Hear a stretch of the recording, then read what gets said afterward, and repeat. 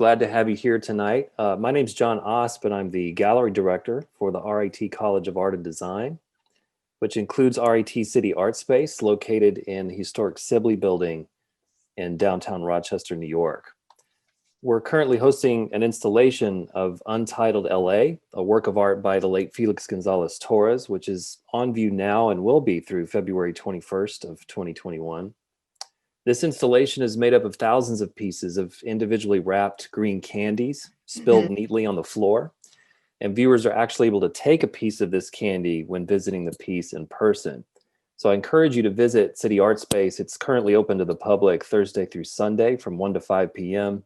Admission's always free. And so I hope you get a chance to visit the space and encounter this work in person. But you can sort of see a photo of the installation here on the slide. Tonight is our second in a series of online discussions. Our first presentation was an introduction to Felix Gonzalez-Torres and his works that are known as these kind of candy spills. And that talk was presented by Nico Vicario. It is now recorded and accessible on our website, cityartspace.rit.edu, just in case you missed that introductory talk. Today is World AIDS Day and also Day Without Art. And tonight's guests are going to make some connections with Felix Gonzalez-Torres and his work, along with historic and current AIDS awareness efforts through art and local community engagement. I'm going to introduce our panelists in just a moment, but before we get started, I just want to take a second to give thanks to some important folks who've made this all possible. The work itself by Felix Gonzalez-Torres is jointly owned by Art Bridges and Crystal Bridges Museum of American Art, and this project is made possible by the generous support of Art Bridges, which loans works of art from its collection to museums and art spaces all across the country, allowing more audiences to see these important works, but also helping support educational programs like this one, sparking dialogue and connectivity with its collection of art. So I want to just say thanks very much to the staff at Art Bridges for supporting all of our efforts here. Also want to thank Stephanie Rankin, Director of Foundation Relations at RIT, who spearheaded our relationship with Art Bridges, along with my colleague and collaborator, Julie Decker, Associate Professor and Director of the Museum Studies Program and the College of Liberal Arts at RIT, who's been very instrumental in developing this project and its associated programming. Also to Aaron Garland and the RIT College of Art and Design, whose support has helped make this project possible. And finally to the Felix Gonzalez-Torres Foundation for their collaboration with us on this project. I'm excited to introduce our fantastic panel of contributors for a discussion this evening, starting with Dr. Jackson Davidow, who is a writer, educator, programmer, who recently received his PhD from MIT, and his dissertation is now a book in progress called Viral Visions, Art, Activism, and Epidemiology in the Global AIDS Pandemic. In fact, today, just today, an article of his was published in Boston Review called Museums and Mourning in COVID-19, about the first annual Day Without Art in 1989, and how museums rose to the challenge of responding to HIV and AIDS, and perhaps offering some guidance for how they can respond today to the challenges of COVID-19. Also with us is Thomas Warfield, Director of Dance at RIT and part of the NTID Department of Performing Arts. Thomas is founder and artistic director of Peace Art International, an outreach organization using the arts to foster world peace. And he is also recently a recipient of a Community Partner Award from the University of Rochester Center for AIDS Research for his contributions to the LGBTQ communities and leveraging the arts to raise awareness of HIV research. Also with us is Evelyn Bailey. Evelyn is chair of the Shoulders to Stand On program for the Out Alliance here in Rochester, New York. She's a historian for the Out Alliance and an LGBTQ archivist in Rochester. She's also a recipient of awards from the Empire State Pride Agenda and the Center for AIDS Research. Finally, Dr. Tamar Carroll is with us. She's an associate professor in the Department of History from the RIT College of Liberal Arts. She's the author of Mobilizing New York, AIDS, Anti-Poverty, and Feminist Activism. And she's also co-curator of an exhibition we hosted on the RIT campus last year called Whose Streets Are Streets? New York City from 1980 to 2000. This was a show that covered numerous topics, but included HIV and AIDS activism shown through documentary photographs. We've got an incredible panel. I want to say welcome to all of you, and we're excited and honored to have you all with us for this discussion. But I'm going to turn it over now to Tamar, who's going to lead our discussion from this point. So Tamar, take it away. Thanks so much for those lovely introductions, John. And thanks to you and Julie for bringing this artwork to Rochester and for organizing this panel. I know we all really appreciate it. Jackson, you're up first. Can you give us a sense of how Day Without Art and World AIDS Day developed in relation to this art? Yes. So thank you, Tamar, for your insightful introduction. I also wish to thank John and Julie for the invitation to participate. It's a treat to be in dialogue with you all, as well as with Thomas and Evelyn, who have been active in debates on HIV/AIDS, activism, archives, and art for much longer than myself. Tonight, I'm joining you from Boston, and I know that Rochester has a rich and unique queer history, something I'm excited to learn more about. I'm going to be reading my presentation tonight just because there's a lot of material I'd like to cover, but I look forward to having more of a chance to discuss with everyone at the end of the panel. Felix Gonzalez-Torres is widely recognized in both the art world and the discipline of art history as one of the most significant artists of the 1980s and 1990s. Yet the occasion of Day Without Art encourages us to contemplate loss, absence, and erasure. For this reason, as we ruminate on Gonzalez-Torres tonight, I think we should question who are the other cultural practitioners lost to AIDS or living with HIV/AIDS who are less known to us, whose contributions remain overlooked and underappreciated. Parallel to this, however, I think it's worth pointing out that the galleries and foundations representing Gonzalez-Torres have regularly been called out by AIDS activists, most recently in 2017, for editing out the role of HIV/AIDS in his life and legacy. This is obviously because anything related to HIV/AIDS lessens the work's financial value in a fraught global art market. So I do think that it's useful to grapple with the work of Gonzalez-Torres, who of course died of AIDS-related complications in 1996 in the context of Day Without Art and World AIDS Day. One reason why I'm particularly pleased to be part of the conversation is the opportunity to embrace the artist's work as a vehicle for opening up new narratives, questions, and interpretations, particularly those centered in Rochester. I hope that my preliminary remarks will illuminate a couple of less familiar considerations of his work that are not only reflective of my own specific interests in the history of AIDS activism across the US-Canada border, but also conversant with the work and expertise of the fellow panelists. Ultimately, Gonzalez-Torres's work, I will suggest, reveals the interconnection of mourning and activism in the ongoing HIV/AIDS pandemic. So my presentation will focus on two main topics. First, it will survey the history of Day Without Art, which coincides with World AIDS Day. And second, it will introduce the relationship between Gonzalez-Torres and his lover and muse, Ross Laycock, whose illness and death are fundamental to understanding the candy pile artworks, such as those that are on view at RIT. Laycock's AIDS activism, I believe, can texture our reading of Gonzalez-Torres's artwork. Before I proceed, I would like to clarify that I won't have time to discuss this work or other works by the artist in any great depth, so I would strongly recommend Nico Vicario's terrific talk, which mapped out some salient interpretations of these candy pieces and formulated some new lines of inquiry too. Slide, please. Launched on December 1st, 1989, Day Without Art was, quote, a national day of mourning and action in response to the AIDS crisis, unquote. It was the brainchild of Visual AIDS, an arts organization founded the year before in New York City by 4 gay men who were determined to foreground the swelling presence of the health crisis in the art world by championing AIDS-related exhibitions and programming. For the first edition of Day Without Art, more than 800 museums, galleries, and other arts and HIV/AIDS organizations across the country did something to acknowledge the pandemic.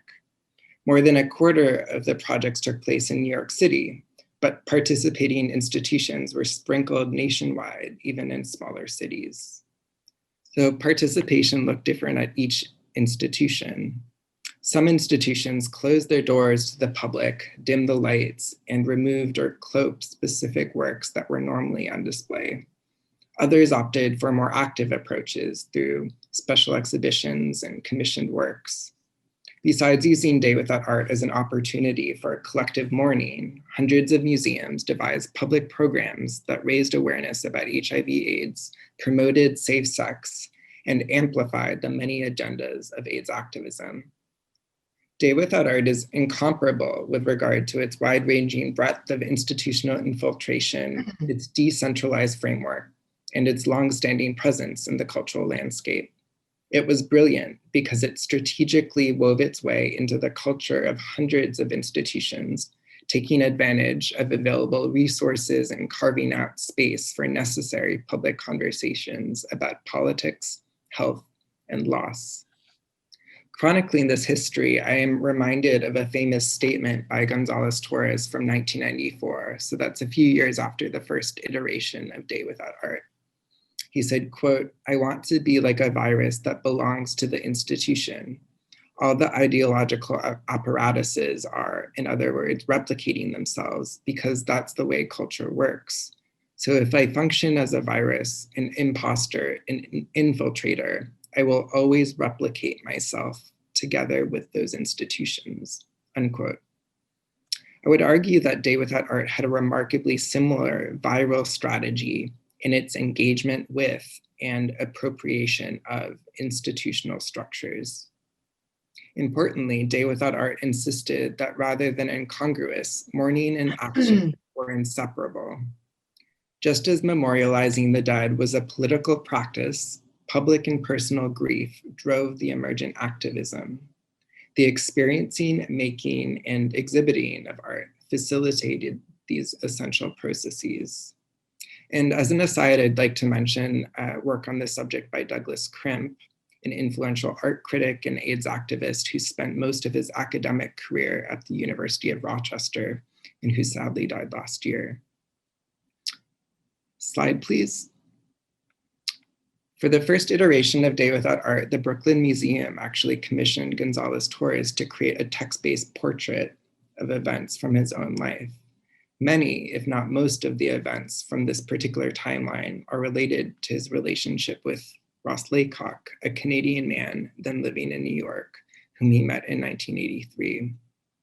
Gonzalez-Torres and Laycock were in a mostly long-distance relationship living between New York, Toronto, and Los Angeles until Laycock's death in 1991. Slide, please. Good students of art history should be familiar with the name Ross Laycock. Some of my research is about AIDS cultural activism in Toronto, and it felt like an epiphany when I discovered that one activist on the steering committee of AIDS Action Now, that's Toronto's equivalent to the grassroots groups, the AIDS Coalition to Unleash Power, or ACT UP in New York, that this person was the same person immortalized in the dissipating piles of shimmering candies. Conducting oral history interviews with dozens of practitioners and thinkers in Toronto and elsewhere, I would often ask my subjects about Laycock, and nearly everybody had a story. I suppose he became a bit of a personal obsession. I was struck by how the first word people used to describe him was beautiful. Slide, please. A key figure in the early years of AIDS Action Now, Laycock was involved in the development of the Manifeste de Montréal, a declaration of the universal rights and needs of people living with HIV that debuted at the 5th International AIDS Conference in Montreal in June 1989. Slide, please. So this was a touchstone in the history of AIDS activism because HIV positive people who hadn't previously had a voice at the conference infiltrated the event, flooding the stage, shutting down the opening remarks, and chanting for about 30 minutes. Then Tim McCaskill, one of the leaders of AIDS Action Now, officially opened the event in an iconic improvised speech. Laycock was also avidly involved in debates on drugs, particularly AZT.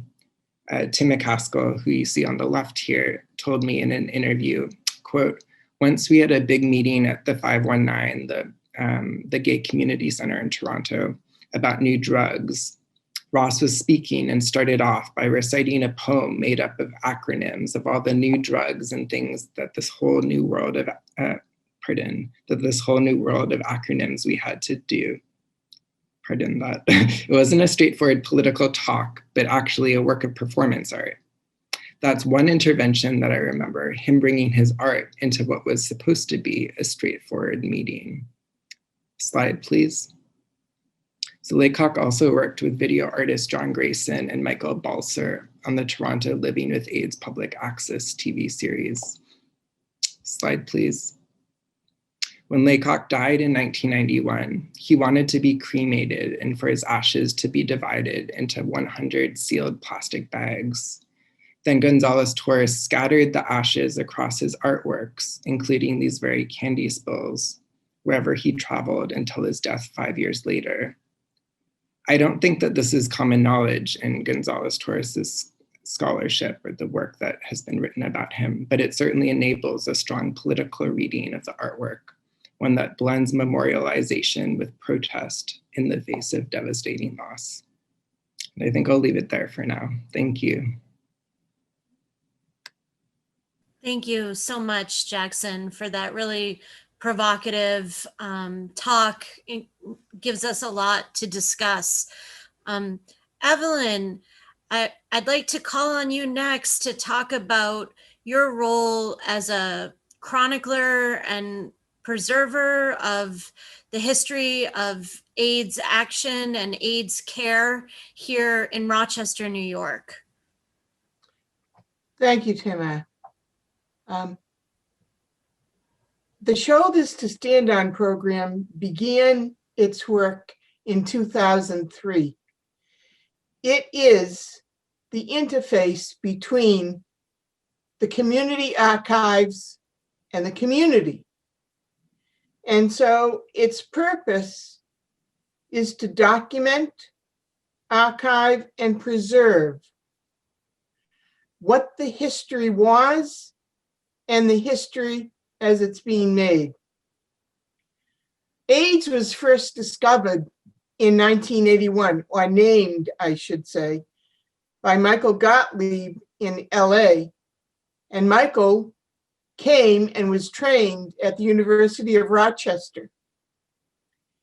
In 1982, the first response in New York State to this epidemic occurred in January when the Gay Men's Health Crisis was formed in New York City. In October, here in Rochester, the first local clinic for AIDS was started by the University of Rochester Infectious Disease Unit with Tom Rush and Sue Cowell. And Sue is the woman in this picture. Along with her is Dan Scalia and Ellen Davidson. Both of those men were involved in the formation of AIDS Rochester, which took place on Sue Cowell's front porch in 1983. In 1982, 2 persons with AIDS were diagnosed. And in that same year, an ad hoc group began, AIDS Rochester. In April, in April, the very first benefit to fund the research being done at Strong was held at Friars Inn, and 250 attended this AIDS benefit. In that same month, and if you can go to the next slide, Tim. In that same month, the first material printed about AIDS in Rochester with the help of the American Cross was put out and publicized in the empty closet and in little 3x5 handouts to people. In 1983, the AIDS Institute was formed, and through that, you have the rise of many organizations to respond to this crisis before the federal government or any money was flowing through the federal response. There was none. In September of 1984, the city of Rochester and Monroe County held its first AIDS Awareness Week.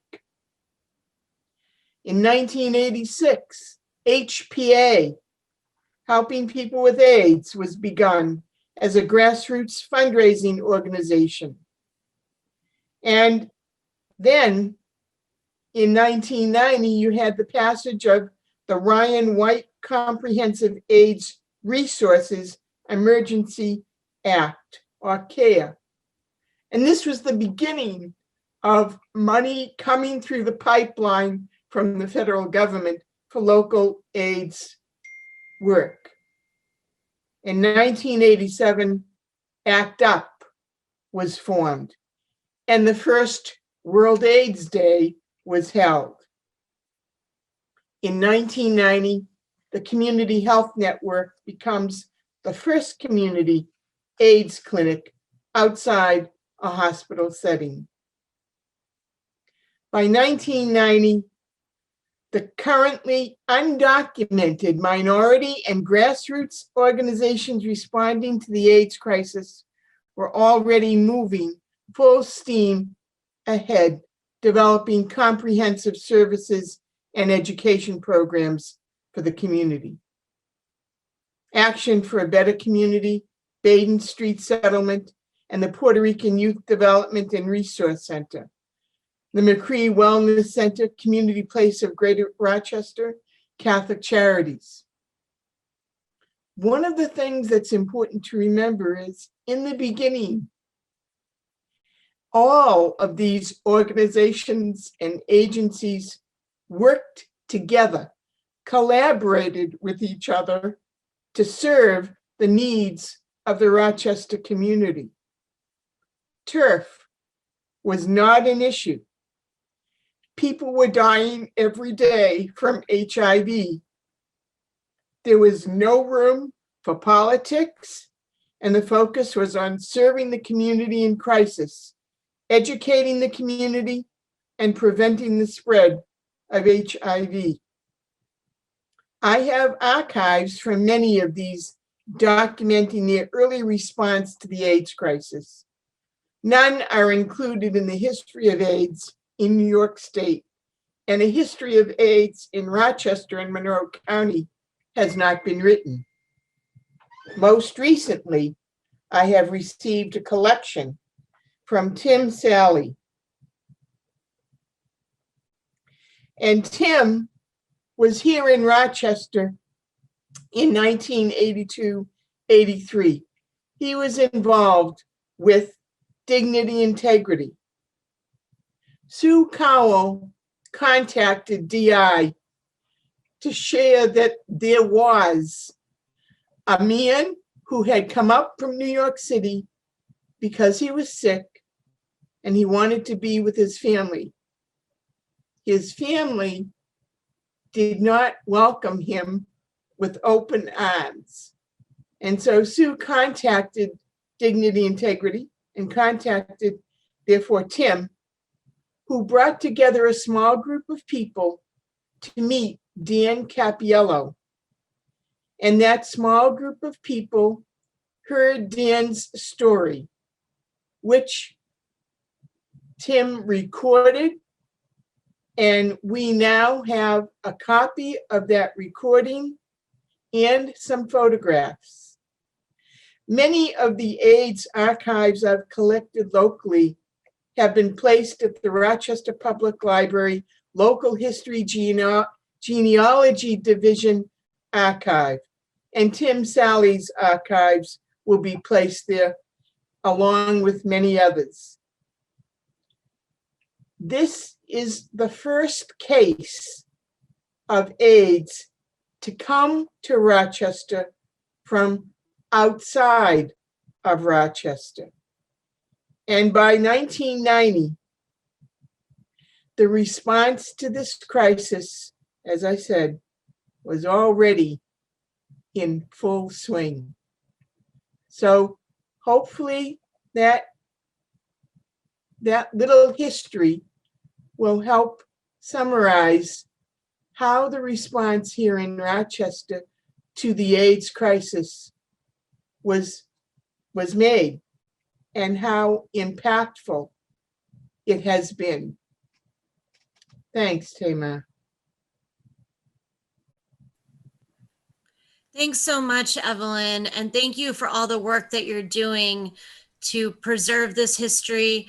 I'd like to mention that Evelyn also chairs the Rainbow Dialogues program, which is a partnership between the Rochester Public Library and the Out Alliance, and which in addition to preserving the archival materials at the Rochester Public History and making them accessible, not only to researchers, but to anyone who wants to look at them and use them, the Rainbow Dialogues are a yearly event held in late February or early March, in which those archives are activated by first-person discussions of Rochester's LGBTQ history, including related to HIV/AIDS. So be on the lookout. This year's Rainbow Dialogues will be virtual. Thank you again, Evelyn. And I'd like to turn next to Thomas Warfield. Thomas, can you talk about your own history of AIDS activism and raising awareness through performance? Yeah, surely. But before I actually get started, I want to mention one more thing about Evelyn. Evelyn really has brought the Rochester community together in many ways in the LGBTQ community. And it's her vision that really pushed us to think about history, actually. And, she produced the Shoulders to Stand On film documentary, which is extraordinary. So I just wanted to say that before I talked about my own history. And before I talk about this photo, or that you see here, the child painting, I should probably give a little bit of background about how we got to that spot. That's a performance of the World AIDS Day benefit concert at the Hochstein Performance Hall here in Rochester, I think in 2008, okay, 2008. But I want to talk a little bit about how I got to doing these concerts and why. Back in 1982, I was living in New York City. I was 20 years old. I had been maybe about 2 years, so living in New York City. A friend of mine took me to this meeting, and it turned out that they were talking about opening this new place called the Gay Men's Health Crisis. They opened that year, I think in the spring. A few days later, I went in and started volunteering there in the office. I eventually was part of the buddy program that they had. It was where it was sort of like a home care aid type of thing, where we would go to people's apartments who had HIV or AIDS, and read to them, wash their dishes, do their laundry, clean their house, things like that.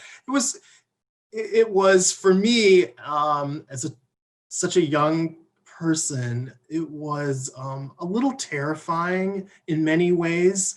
I mean, I had just come to New York, and the between 1980 and 1982, the feeling out at clubs, the feeling in the community itself, it had changed dramatically, and so it was a little bit of a shock to kind of live through. But I think by having these places and areas where I could funnel my energy, I guess, and my frustration, my anger, I suppose, too, into doing something, I think that really helped a lot, helped many of us a lot. And the creativity part of it was always there. So all the people who were organizing all of these things going on were very creative people. And so they were thinking outside of a traditional idea of how to create something or how to make something or how to establish something. And that's how we ended up with so many amazing ideas that we're still, using today. I think it was 1987, Larry Kramer was one of the founders of GMHC.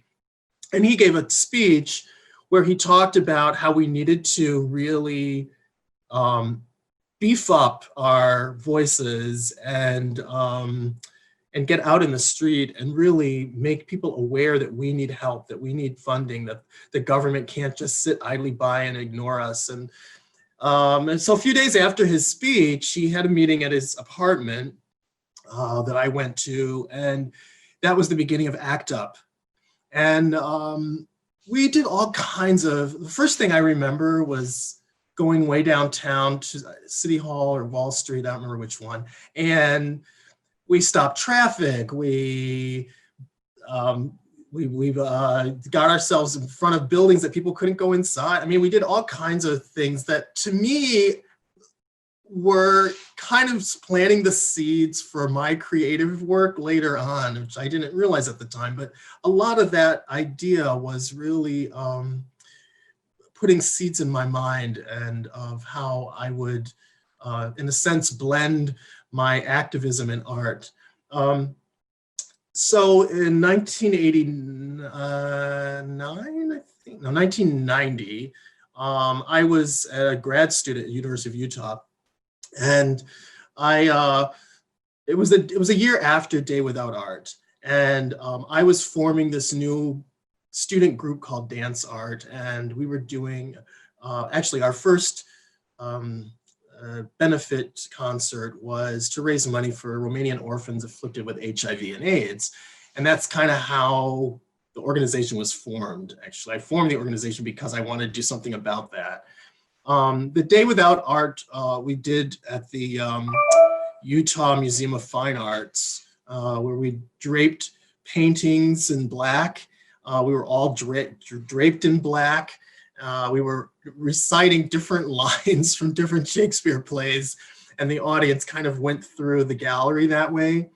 And then it wasn't until later that year that I decided that the work that we were doing as students trying to be activists, I guess, while we were in school, could be something we did in the community. And so I started Peace Art, and we did the first World AIDS Day benefit concert that year. And it was that was the Romanian orphans, for the Romanian orphans. And so for the next maybe 2.5 decades, I did these World AIDS Day concerts benefiting orphanages somewhere in the world that were taking care of children that were afflicted with HIV and AIDS or affected in some way by HIV and AIDS. That first concert actually that we did, we raised money for Doctors Without Borders. And at that time there were these kits that they used for testing HIV, and we bought them so that they could go to Romania and take care of those kids. So over the years, so when I came back to Rochester in the late 90s, I think the first one in Rochester was 1999. And I always wanted to have the concerts not just be about entertaining and not just be about raising money, but about raising awareness, and also through that awareness, somehow inspiring people to want to do something. So that brings me to this painting. So at every concert, I had a canvas and paint set up where the audience members were encouraged to come up at any time during the performance and paint. The first time we did it, nobody came up because, of course, you know, there's this idea, you know, the performers are on the stage, the audience is in the audience. But I really wanted people to come onto the stage to be, as a symbol, actually, as a way of taking part. So it wasn't just that you came and gave your money, but actually you were part of the solution. And that was kind of the idea here, was that we all participated, and we weren't, and this is something I probably learned in ACT UP, I think. There was this idea that that if you were in any way affected, you were also a participant. And since we were all affected, we all needed to be participants. In these concerts, they were funded by the U of R HIV vaccine trials unit, which is now Victory Alliance. And so the doctors had a spot in the concert where they would kind of give a little brief, what's going on now, you know, what kind of, what's the data now, what are the, just giving information. So, so after a few years of that, that part of the concert kind of had a lull because it was a lot of like a lecture. So I came up with this idea to, in the program, create a HIV/AIDS quiz. And so there was an insert in the program that was a quiz, but each program was a little different. Some answers were in one program and not in another. And so during intermission, you'd have to run around and ask other people to get the answers to all the questions. And so there was sort of like a raffle kind of thing, you know, whoever got the answers, all the answers got some kind of a prize. But one of the interesting things that it did was it got the community talking together about HIV and AIDS in a very non-threatening kind of way, which again brings me back to art and creativity and how you don't actually have to be a great artist to be creative or to think creatively or to use your imagination. And so these concerts I felt were a learning tool kind of that gave people who came to the performances ideas that you could be creative, you could be imaginative, you could find a way to help out too, even if it was only coming to the concert. So these concerts went on. I think the last one was 2016, I believe. And they were, for many years, they were really a World AIDS Day staple in Rochester. And over time, it just seemed, well, life changed.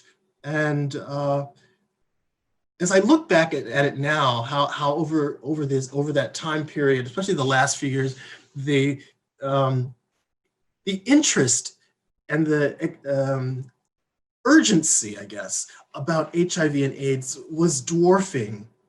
It probably was the time I should have amped up doing this and not stopped. But other things kind of took center stage. And HIV and AIDS, you know, people were living longer. There was drugs now. And it wasn't.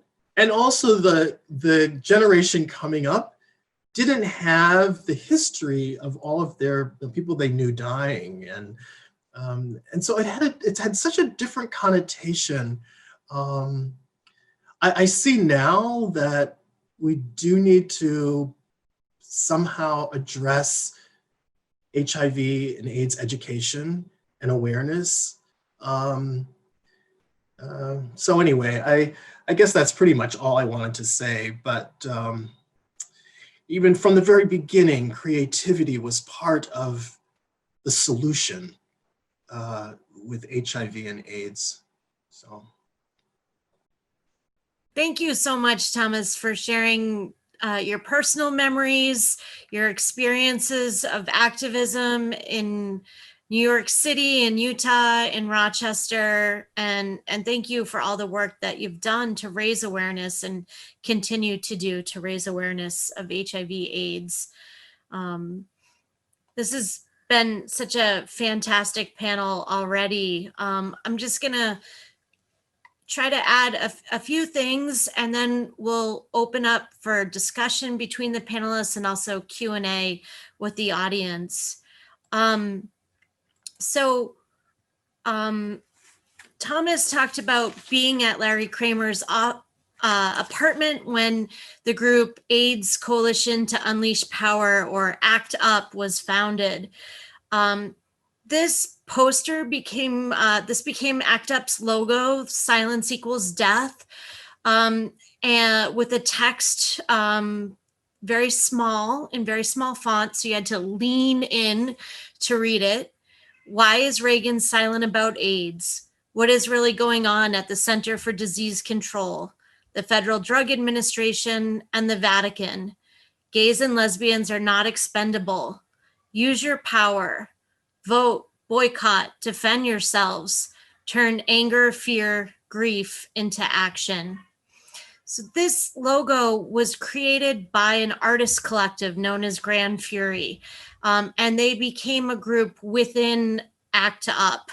I wanted to just share some of their artwork today that I thought related to our themes. They drew on traditions of activist art that came before them, including from second wave feminism. For example, artist Suzanne Lacey, who drew attention to rape and sexual assault by chalking bodies on sidewalks where women were assaulted. And ACT UP similarly wanted to make AIDS visible. And a lot of their Grand Fury and other artists within ACT UP use blood as a potent symbol, right? Because of the bloodborne transmission of HIV/AIDS and people's real fear of it at the time.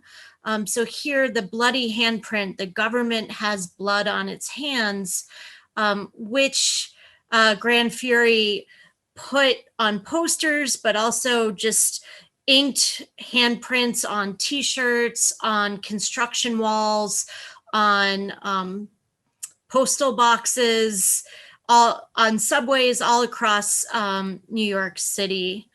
And so they were really raising public awareness through their activist art. Similarly, though, they worried that even what they were doing, even making their art political and using it to raise awareness, that it simply wasn't enough, as this poster suggests, because of the mounting death toll. And so they were urging all of us to take collective direct action to end the AIDS crisis. And Thomas beautifully recounted some of those collective actions that ACT UP did, disrupting trading on Wall Street, disrupting Mass at St. Patrick's Cathedral in Manhattan to protest the homophobia of the Catholic Church. So many forms of nonviolent civil disobedience, occupying the Centers for Disease Control and the Food and Drug Administration to demand changes in how drugs were tested, how they were regulated, who got to participate in trials when that was the only source of hope for survival. So there were many, many kinds of collective direct action taken. Others were service provision, like Thomas spoke about in terms of being a buddy. Also, the group Housing Works was founded within ACT UP and spun off to become a nonprofit to provide housing for people with AIDS who were disproportionately, contracting opportunistic infections because of their lack of access to safe housing and regular health care. So service provision is also an important form of AIDS activism. I wanted to show a few photographs that relate to what Jackson was talking about mourning, about the politicization of mourning during the AIDS crisis. This is a photograph by Alan Reiniger, which was made in 1983. This is one of the earliest AIDS memorials in New York City. And you see people holding up the number of their loved ones' deaths. So the 276th person to have died in New York City of HIV/AIDS. Claiming public space and coming together to collectively mourn, right, was really important.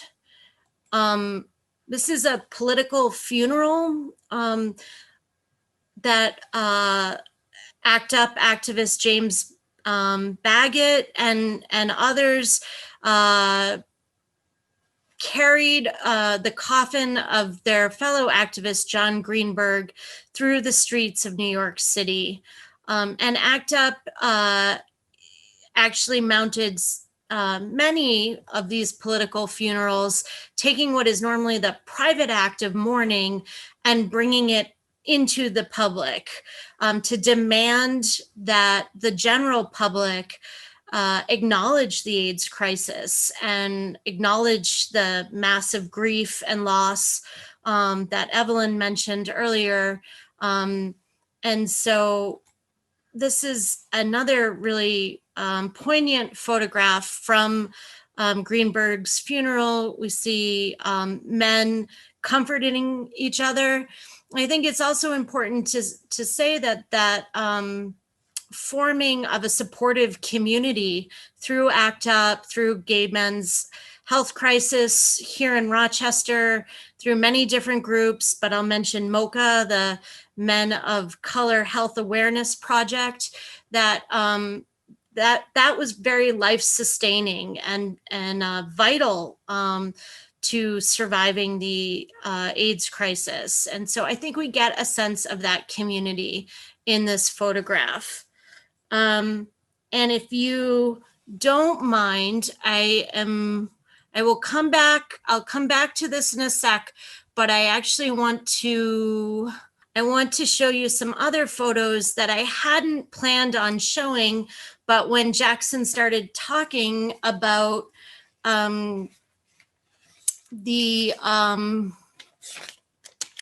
about Felix Gonzalez-Torres scattering the ashes of his dead lover in the candy piles, I couldn't resist showing you these photographs of ACT UP's Ashes Action, which was held in 1992 in Washington, D.C.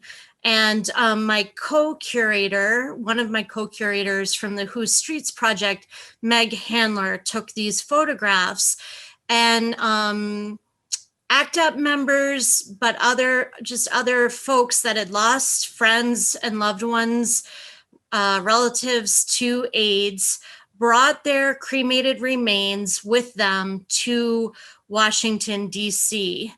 And they gathered out in front of the White House, and they actually threw the ashes onto the lawn, the front lawn of the White House. And it was a remarkable action. You can see the emotion in people's faces captured in these photographs, really kind of capturing the sense of desperation people felt at losing their loved ones, and the frustration with what they perceived as a wholly inadequate government response.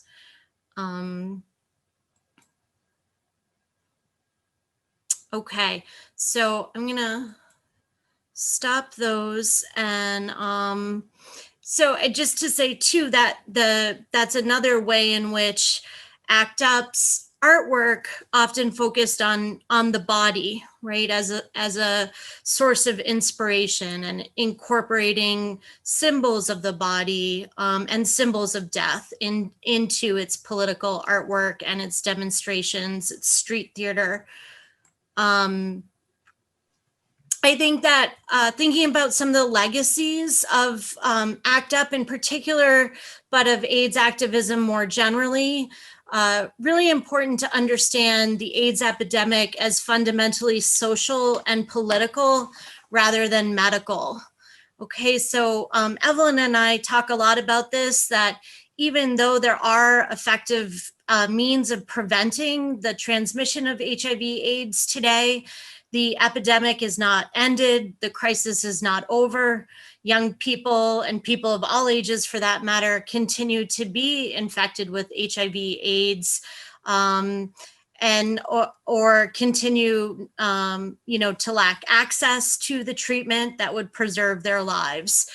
And my historian colleague, Jenny Breyer, wrote a great piece for the Washington Post. I'm going to give you the link in a second today, comparing the AIDS epidemic to COVID, and talking about the ways in which racism especially played a role in who got AIDS, who suffered from AIDS, how we understood AIDS, and similarly with COVID, and how women especially were impacted both by AIDS and are now being impacted by COVID.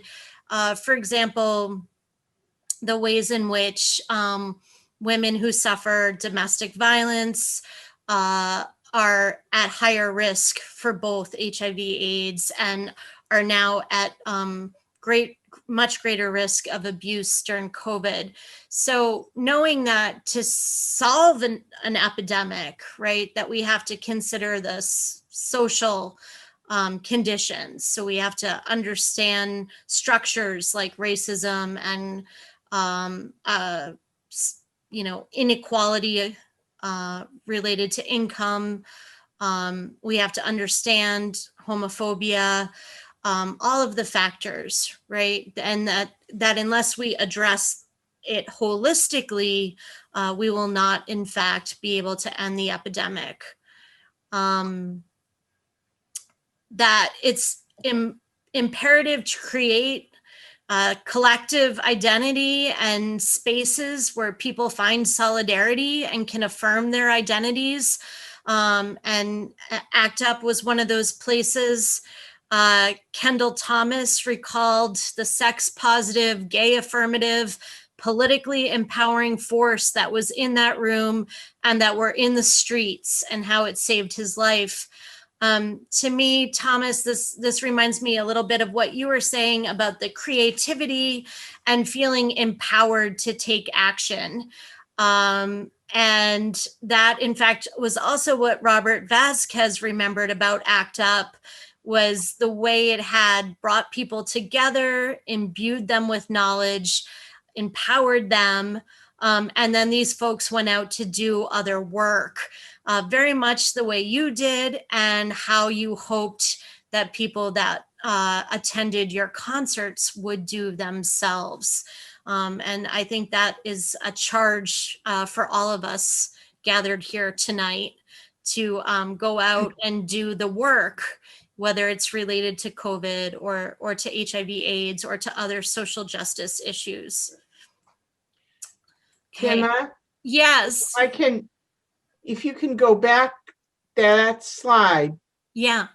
one of the things that ACT UP did very early on was they used street theater to demonstrate the horrific numbers of people who were dying. And they had no reservation about making that inconvenient and uncomfortable for the general population. The other thing I think is important to remember, Rochester is upstate New York. In 1981-82, no one in Rochester thought that AIDS was going to get to Rochester. It was a downstate disease. And in fact, in 1983, in Rochester, there were only 7 cases of AIDS in Monroe County. 7 cases. In 1983, from the image you showed before, and people holding up signs of how many people had died, there were far more in 1983 in New York City, in downstate, than in many, many places. Yes. LA would have been another city, and Chicago. I think the other statistic that's revealing, in 1990, there were 161,000 AIDS cases nationwide. 161,000. How long? It took 10 years for that number to reach 161,000. How many months did it take for COVID to get to that number? Not many. And so, even though the comparisons are not, there are comparisons. AIDS took longer to reach that many people infected and that many people dying. This is a much more, COVID is a much more intense, infectious disease than AIDS. So I just wanted to add that. The other thing I would like to share is when the AIDS posters from Dr. Atwater came to the U of R, the head of Rare Books and Manuscripts hung 8 of those panels in Rush Ree's library in the entrance. He received a lot of flack from the Board of Trustees, families, and students because they found the images on those posters offensive, and they didn't want to have that visibility. Thanks, Evelyn. And for folks that aren't aware of the Atwater poster collection, we believe it's the largest collection of HIV/AIDS public health posters in the world, collected by a local doctor. And there will be an exhibition of those posters held at Rochester's Memorial Art Gallery in March 2022. It was going to open this March, but it's been postponed a year. And that is a good thing because hopefully by then we can all go there together safely. And you'll be able to see those posters, which are from both public health organizations and activist groups from all over the world. And they will be on display, and there'll be a lot of related programming. And this poster is one of the ones that is in that collection. And I should have explained it a little bit for people who don't know. Initially, insurance companies tried to deny coverage to people with AIDS who had contracted it sexually or from IV drug use, okay? Because they said that they were not innocent. And so only hemophiliacs, for example, were innocent AIDS victims, right? And so this is one of the things that ACT UP and other AIDS groups did really successfully, was reframe understandings of HIV AIDS. And this poster does it, very simply, but, all people with AIDS are innocent. All people with AIDS are deserving of treatment and care. As we were mentioning, the AIDS crisis is not over. There is a lot of resources available. There are a lot of resources available, I should say, here in Rochester. Both Trillium Health and the Monroe County Health Department offer anonymous free HIV/AIDS testing. This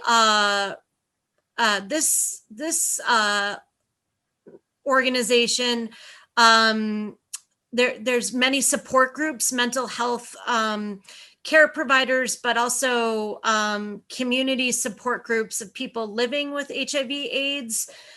So I encourage you to check that out if that's of interest. And then the University of Rochester AIDS Center remains a leader nationwide and is a great resource here. I wanted to also provide some links to Visual AIDS, the group that Jackson talked about that first started Day Without Art and continue to release videos every year on Day Without Art. And so you can watch this year's installation. Also, Jackson's wonderful essay talking about how the history of Day Without Art and how museums might respond to COVID. This project, Still Surviving, is a project by the historian I mentioned, Jenny Breyer, which is about women who have been living with HIV/AIDS, in some cases for close to 40 years now. And it contains interviews, oral history interviews with them, photographs, and information about their lives, their communities, their families, and the ways in which AIDS has impacted them. It's really phenomenal. So I hope you will check that out.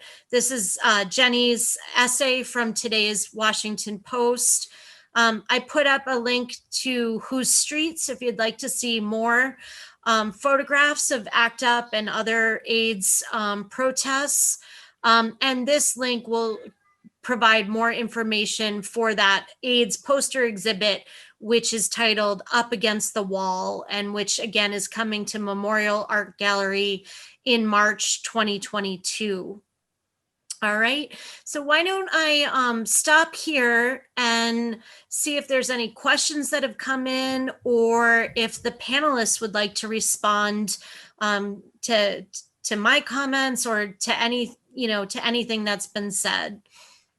Yeah, Tamar, thank you. I want to jump in really quick and just make sure we get to one of the questions that just came in from Todd Jokel, actually the Dean of the College of Art and Design, who says here, thank you for these presentations and continued calls to action on World AIDS Day. It really only feels like yesterday when the fear of the unknown of AIDS and misunderstanding left so many people to struggle without the support of our government and society at large.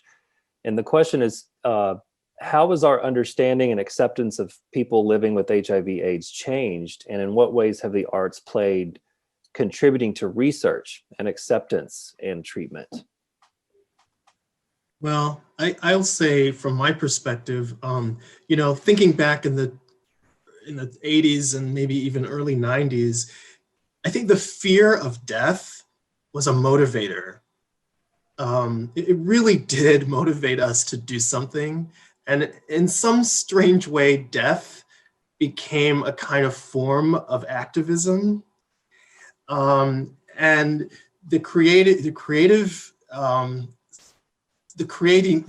that came out of that, I think also gave people a space of where to put their thoughts, their feelings, not only the people who were dealing with HIV and AIDS and the people they knew, but in my case, also the audience needed a space where they could unload this. And so during that process, I think a lot of the arts became a place of not only healing, but reinforcement, kind of this sort of feeling like I'm not alone. I have a voice. I can make a difference. There's something I can do. And it was also a leveler, so that everybody, in the theater is kind of on the same page, and we're all experiencing something all together. And there's a leveling that comes from that.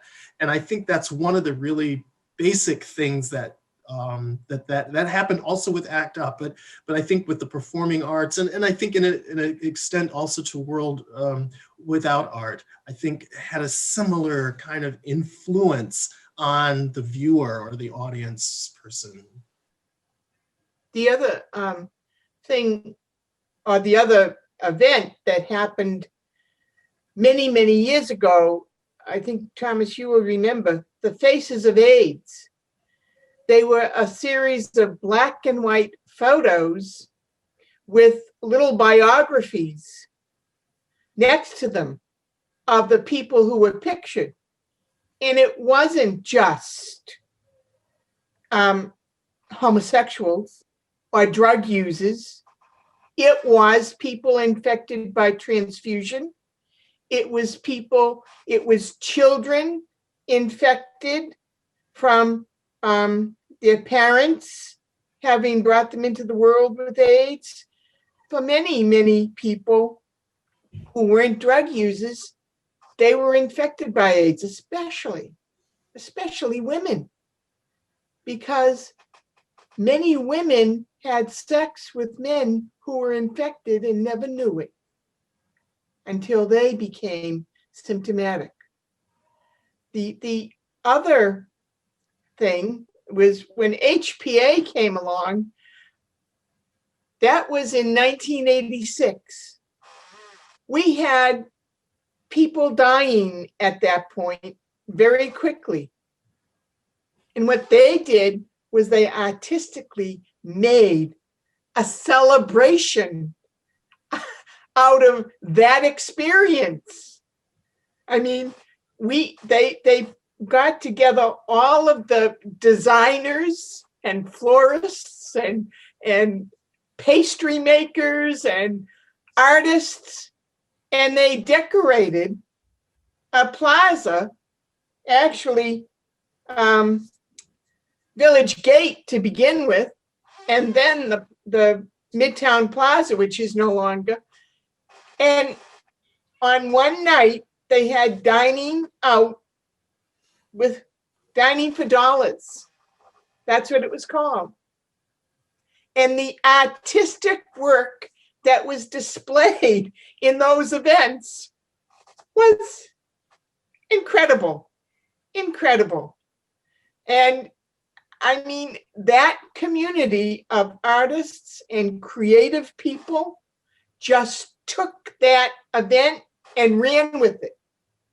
And over the course of its life of 17 years, it raised $1 million, and that money went to PWAs, people with AIDS, directly for rent, for drugs, for anything that they needed to survive, because people with AIDS didn't have apartments. They weren't necessarily poor, but they were ostracized from their families, and they were ostracized by their non-gay friends in many ways. And so they lost their job. They couldn't support themselves. It was amazing how the community came together and lifted them up so that they could die and live with this disease with dignity and respect. Just incredible. So I think artists and creative people helped not only make people aware, but bring another aspect of this entire experience of celebration, of a sense of gratitude for all of those who did help. And when I see the creative work that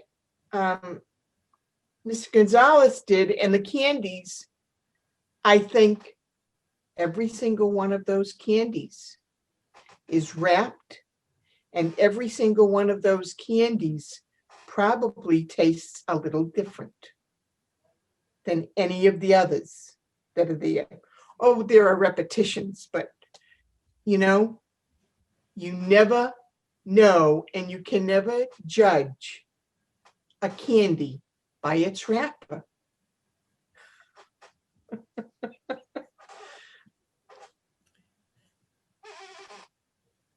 I would support that reading. I think that's a really wonderful way to think about the work.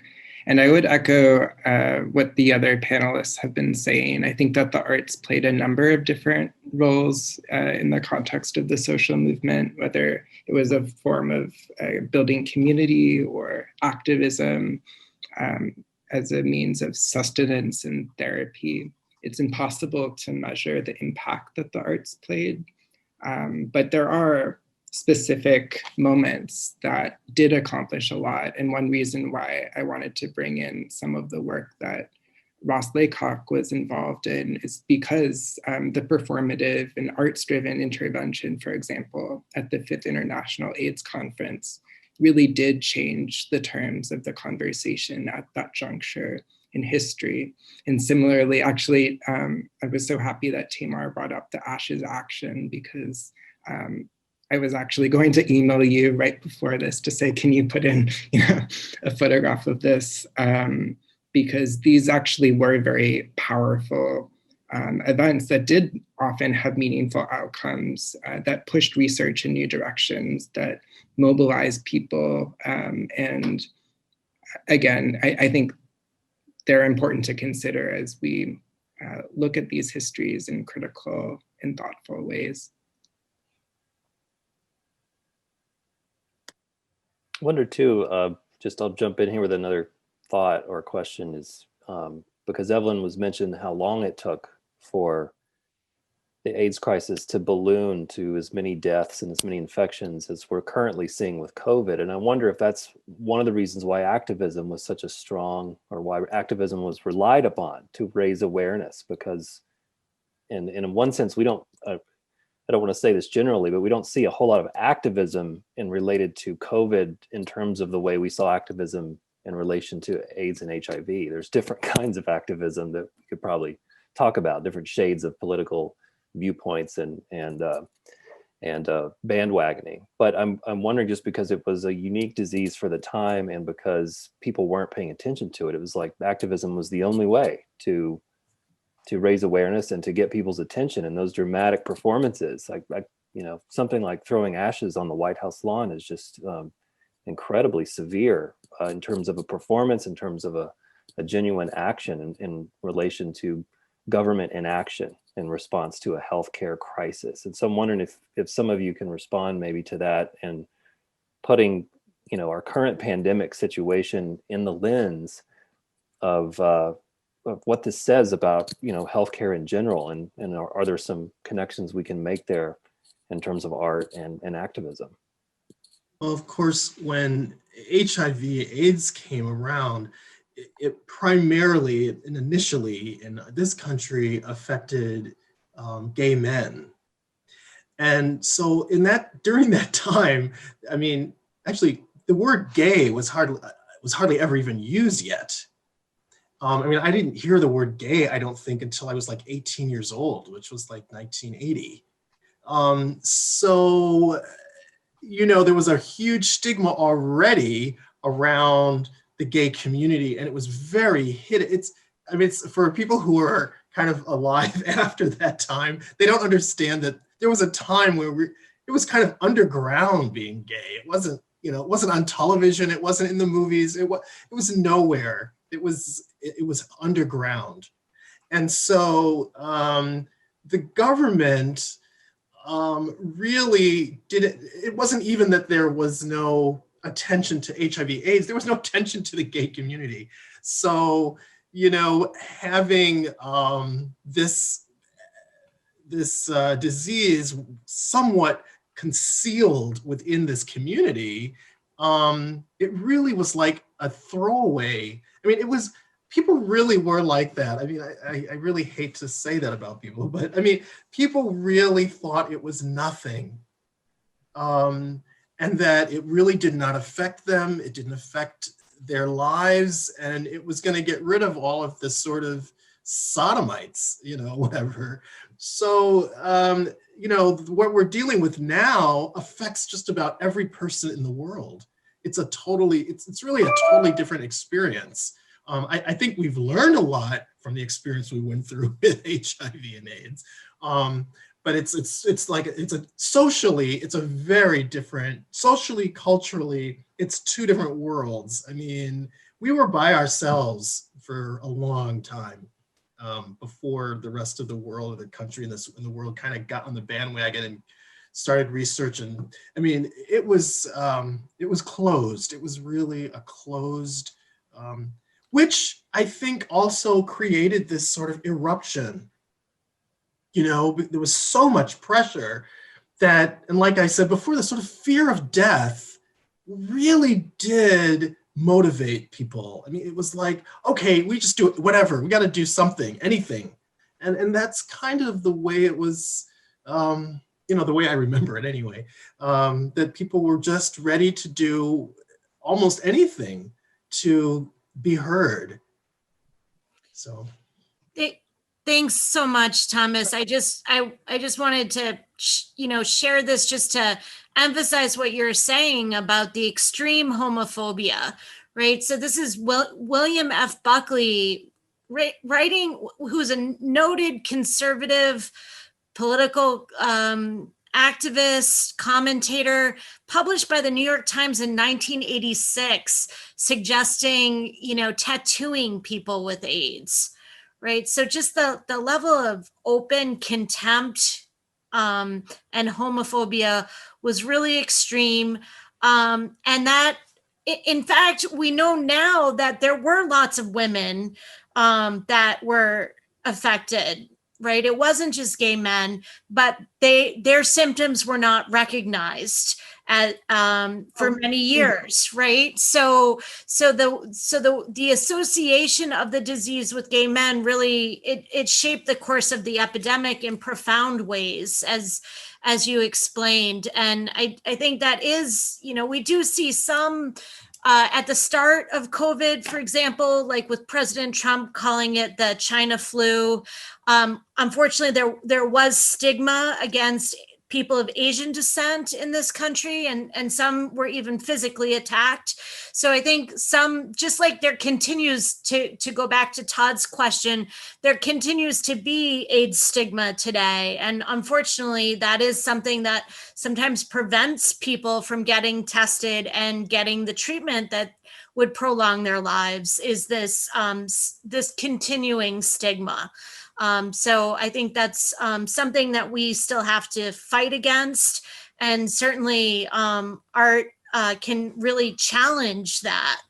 And, the Catholic Church was, the leadership of the Catholic Church, they controlled so much of the US healthcare system and still do, frankly, right? And they banned discussion of safer sex, of condom use, for example. They said homosexuality is a sin. You know, our current Pope is very different in his message, but in the early 1980s, the Catholic Church was very homophobic, and that's why ACT UP targeted it in its actions, but also because it was providing health care. You know, there was nowhere else for people with AIDS to go in many cases except to Catholic-run facilities. And so that was a real source of frustration. Well, and the other thing, Tamar, was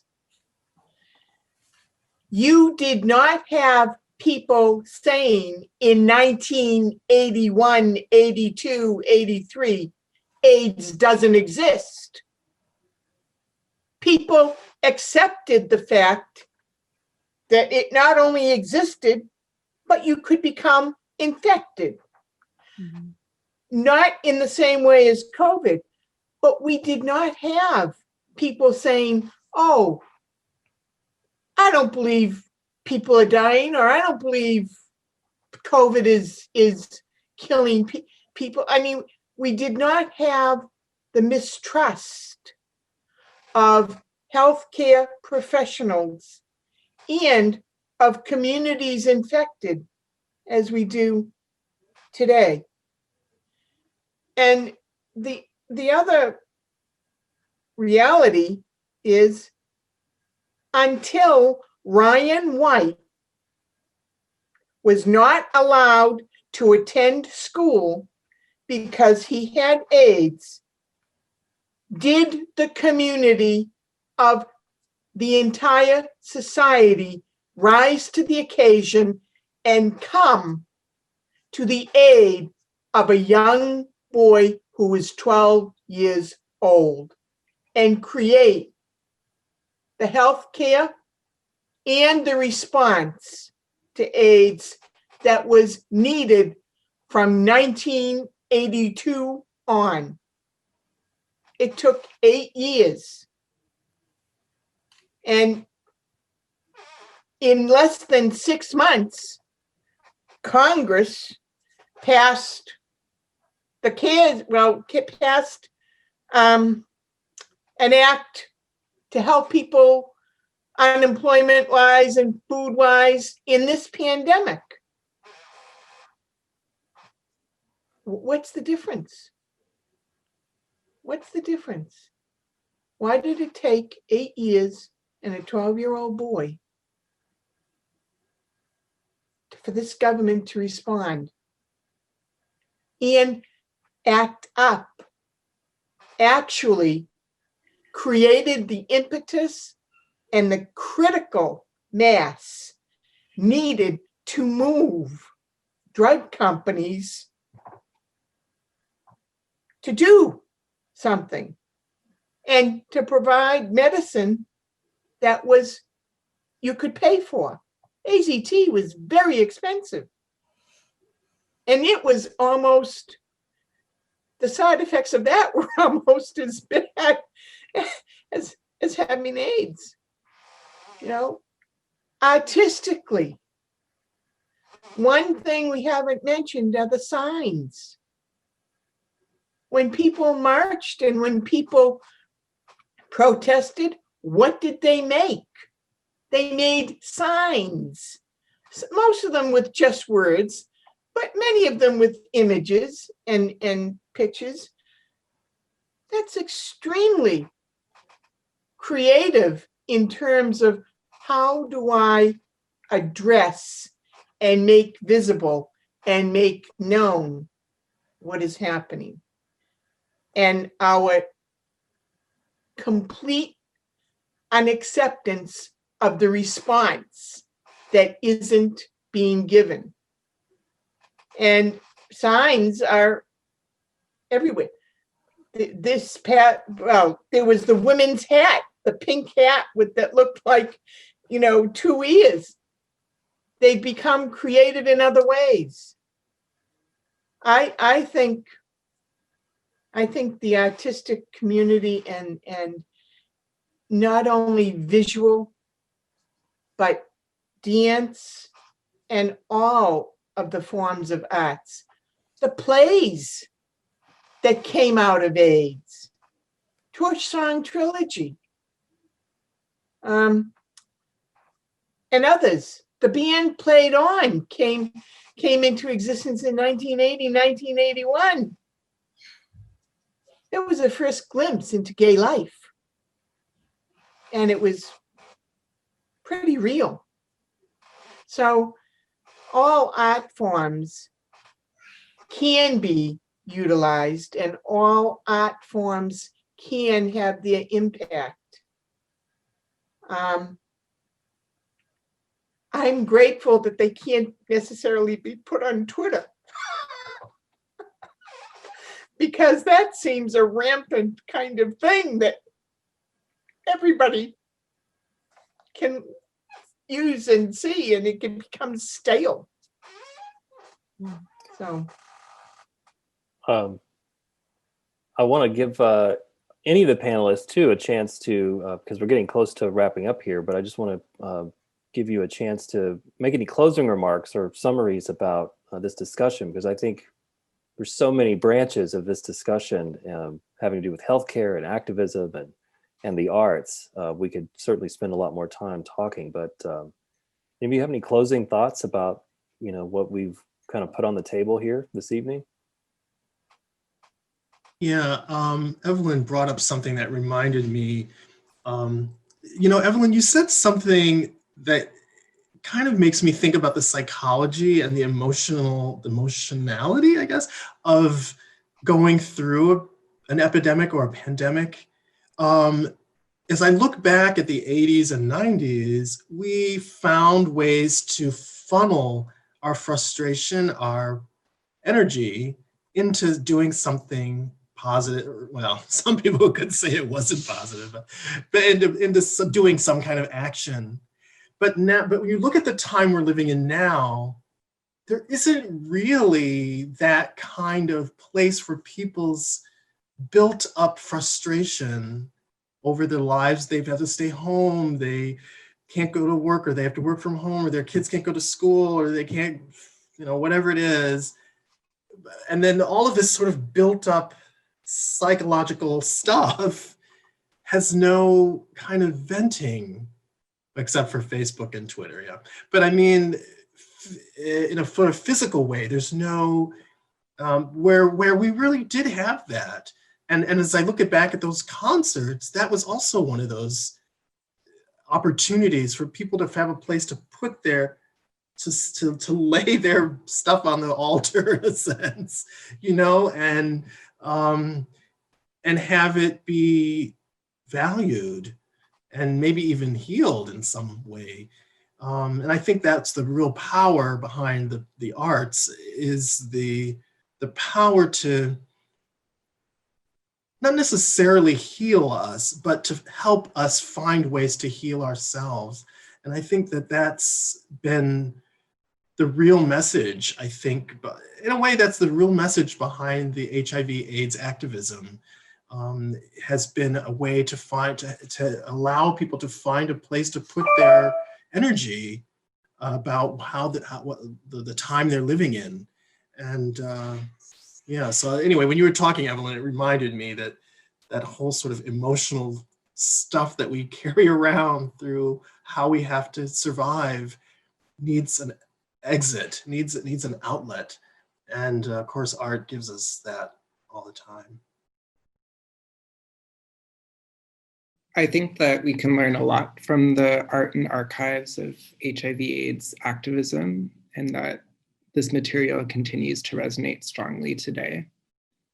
One I've been thinking about in the context of this discussion is how I love art because they enable conversations to take place, specifically intergenerational dialogues that sometimes are difficult to begin outside of these, you know, contexts.